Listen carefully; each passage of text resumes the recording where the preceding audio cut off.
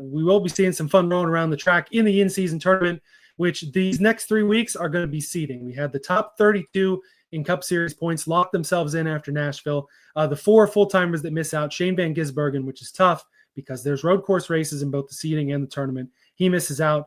Fellow rookie Riley Herbst also is out. Cole Custer, one of your championship picks, P35 in the points. He's out, as well as Cody Ware in the 51.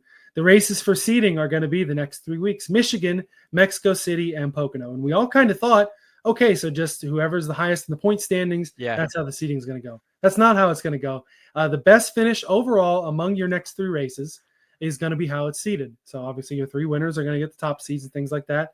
If you have any tiebreakers, your first tiebreaker is the next best finish, and your second tiebreaker will then be the point standings after Pocono. So when we're all done at the Tricky Triangle, we will know 1 through 32 for the in-season tournament, which will then start the week after that at Atlanta/Echo Park Speedway, and we'll run the round of 32 there, bracket style, 32 cars, whittled down to 16 for Chicago, and then 8 for Sonoma, 4 for Dover, and then it's just a 1v1 battle with the final 2 at Indianapolis. All those races will be on TNT and Max/HBO Max. I don't know if they're going to go back to HBO by the time that happens. And it'll be the same booth as Amazon Prime, Adam Alexander, Dale Earnhardt Jr., and Steve Letarte. It's definitely going to be fun. Do you have any opinion on how this all is going to work out in the seeding process the next couple of weeks? You kind of had the head in the palms there as I was going through it.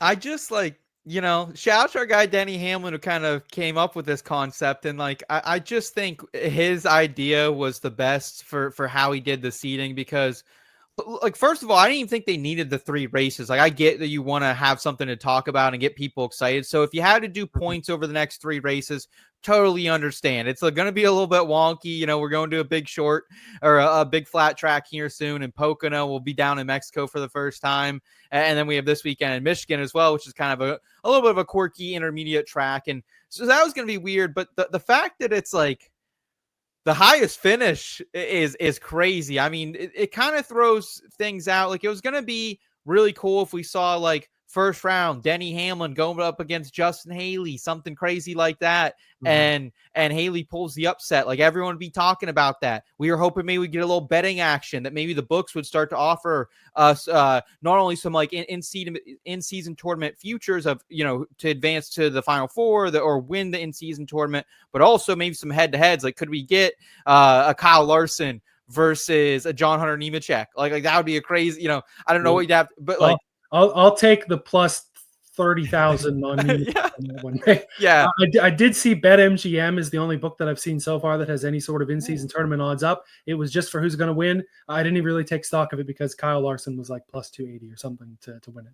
I don't remember that offhand. Someone can correct me if they go look at those odds, but I know Larson was on top, and I would rather wait and see those matchups, because I bet you, obviously there's going to be upsets. The first race is Atlanta. You have a big one that you see at the super speedway style of racing, and you can have half of the field be upsets right off the bat. Yeah, that's tough. And I'm sure it's hard for you and I to remain on the sideline, but if we're talking, less than a 3-1 on Kyle Larson to win this in-season tournament with Atlanta and a couple road courses, at least one road course tucked in there as well, I believe, that's good. That's a tough look there, man. So yeah, I mean, yeah, that's really tough. And then you go to India, of all places, which we've only been to once as of late as well. So that is a very, very tough scene. But regardless, I still think there is an edge to have there, because there are drivers that we know that I'm sure we can break down here as we kind of look forward a little bit. Who are some of those drivers that you'd be looking at? Because there's a couple when we were going to Atlanta, Chicago, Sonoma right off the rip that I'd be interested in backing. Yeah, and it does think that Shane Van Gisbergen is not going to be in it, because with the road courses, I would certainly be more apt to bet on him for some upsets. I did pull up those BetMGM odds. Larson is your favorite at plus 300, so I didn't give him quite enough credit there. You have Byron at plus 375, Reddick at plus 500, Bell plus 550, Chase at 10-1, and then you start to get down a little deeper. Oh. One of the names I see here, Chris Buescher, is also at 20-1. We know he's got some oval prowess. We know he's got some road course prowess. We know that RFK can be a little back and forth, but certainly can win races. Of course, we saw Buescher win at Watkins Glen. He won at Michigan a couple years back in his 3-win 2023 season. He could be a guy that's real sneaky. They have Hocevar with him at 20-1. That's not going to work. Joey Logano, 35-1. That may be the best value that I've seen here so far, along with Kyle Busch 40-1, Brad Keselowski 60-1. Those are all guys that, of course, when you're looking at winning the whole thing, it probably there's a very good chance that if it's going to be Larson versus somebody at Indy, it's going to be Larson that wins it. So who cares what the outright is if it's just going to be Larson versus somebody. But it does look like a little further down the board. There's some value here. Even an AJ Allmendinger at 30-1, when his motor doesn't blow up in the first 10 laps, he can run pretty well at some of these intermediates as well.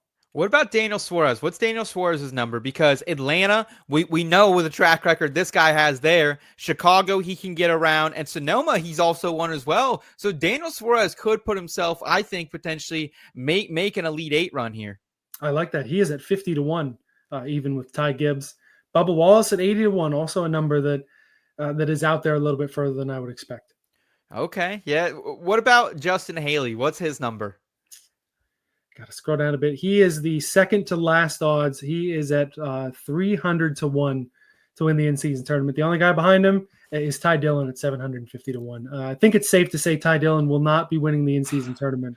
Sorry to all those number 10 fans. I hate to say it, man, but if Ty Dillon's getting thrown out at that number, like that's at least worth a sprinkle. I haven't played on BetMGM to know enough what their futures cash out policy is, but if they're anywhere in the ballpark of how aggressive someone like a FanDuel is, or maybe even like a Bet365, which will occasionally let you cash out of things at a profit. I would be interested in that, man, because, I mean, anything can happen there at Atlanta. Chicago could be rain-filled and crazy yet again. Yeah. And I like Justin Haley, though, to be honest, like out of both of those guys, though, because he's won at a super speedway. It was fluky, but he's won there. He almost won at Chicago. Like, he could make an Elite 8 run as well. So, I mean, could you imagine how you'd feel going into – you need to win 2 or 3 fluke matchups and you're walking away with a 300-1 ticket. This is fun. This is going to be fun. We're definitely going to do, I think, another video revisiting this a little bit more, Elliot. But, man, those are some long gainers out there that could be of interest. Yeah, and I think we'll break it all down, too, once the seating gets finalized and stuff. I really hope the books get into it because it would be a lot of fun. Give us a matchup on every single one. Let's do it March Madness style. Fill out a bracket. You get a perfect bracket. You win $1 million or something. That'd be fun if we can get that worked out, too. And I know that the broadcasters will be in on it. They were talking about it on Prime. And I bet you one of the questions that the guy gets asked, whoever wins at Michigan, I bet you old Marty Snyder, whoever's out there, hey, congratulations, you're in the in-season tournament. How do you feel? I bet you it's going to be out there. Yeah, I mean, we've already heard some comments so far from drivers who don't really care about it. We've heard Chris Buescher say, yeah, I'm not really thinking about it. I'm not concerned about it. But then we've also heard Denny Hamlin who's come out and said, look, dude, this is going to change how I'm racing a little bit. This is going to change my strategy a little bit. And the NBA has had a lot of success with this. So I think this could be something for NASCAR that gets people excited. Maybe we can do potentially a bracket tournament here for the IBT Media YouTube family as well. That'd be cool to see that. So a lot of possibilities. It's a fun time, man, because usually this is a time of year where NASCAR fans, they like to check out a little bit. Hey, not this year, baby. We got the in-season tournament. Let's roll. Nope. But hey, there's your move. We'll get it set up one way or another, even if it's just you send us an email with your picks. We'll get brackets worked out, and we'll do a little giveaway. I don't think we're going to put cash on the line for sure. You're going to have to go to the books for that. But that would be fun for the IBT family to participate in. Yeah, maybe a little giveaway. We'll do something, whether that's IBT Media swag or whether that's something else we can shook loose here. A little bit of both. Let's say a Pocono when we're in the diecast tent. Yep. Let's grab something, and put it up as content. Here's your prize. We got this, and we got an IBT koozie. We'll send it to you if you win our in-season tournament. Let's do a Ty Dillon diecast. Let's find a Ty Dillon diecast for the fam. We'll find a little Ty Dillon 2017 Geico car autographed in one of those tents that's been sitting around and got rained on and stuff. They're just begging. See, that's when you roll up to Elliot and you start negotiating, right? You're not paying. I'm not paying full price for this. I know you've had this since 2017. You're looking to get rid of it. Let's make a deal here, Keddy. Yeah, there we go. All right, Stan saying Larson can't possibly win the in-season tournament. He can't go 5 consecutive races without wrecking himself. True. Larson at 3-1's a no. Hamlin is at 12-1, and especially if he says he's taking it seriously, he may be the bet. I may, as soon as we get done, I may walk into this BetMGM, throw a little coin on that number 11. Yeah, I'm gonna see if they let me finally register an account. I'm gonna try to reprove my identity, but and it didn't work for me forever. And then over the last month or two, and like I said, I've got good numbers there. I've got some good bets there. I've gotten, I don't know if it's just rolling over because I do it every week, but the no sweat token has really helped me out too for the outrights that I swing and miss on.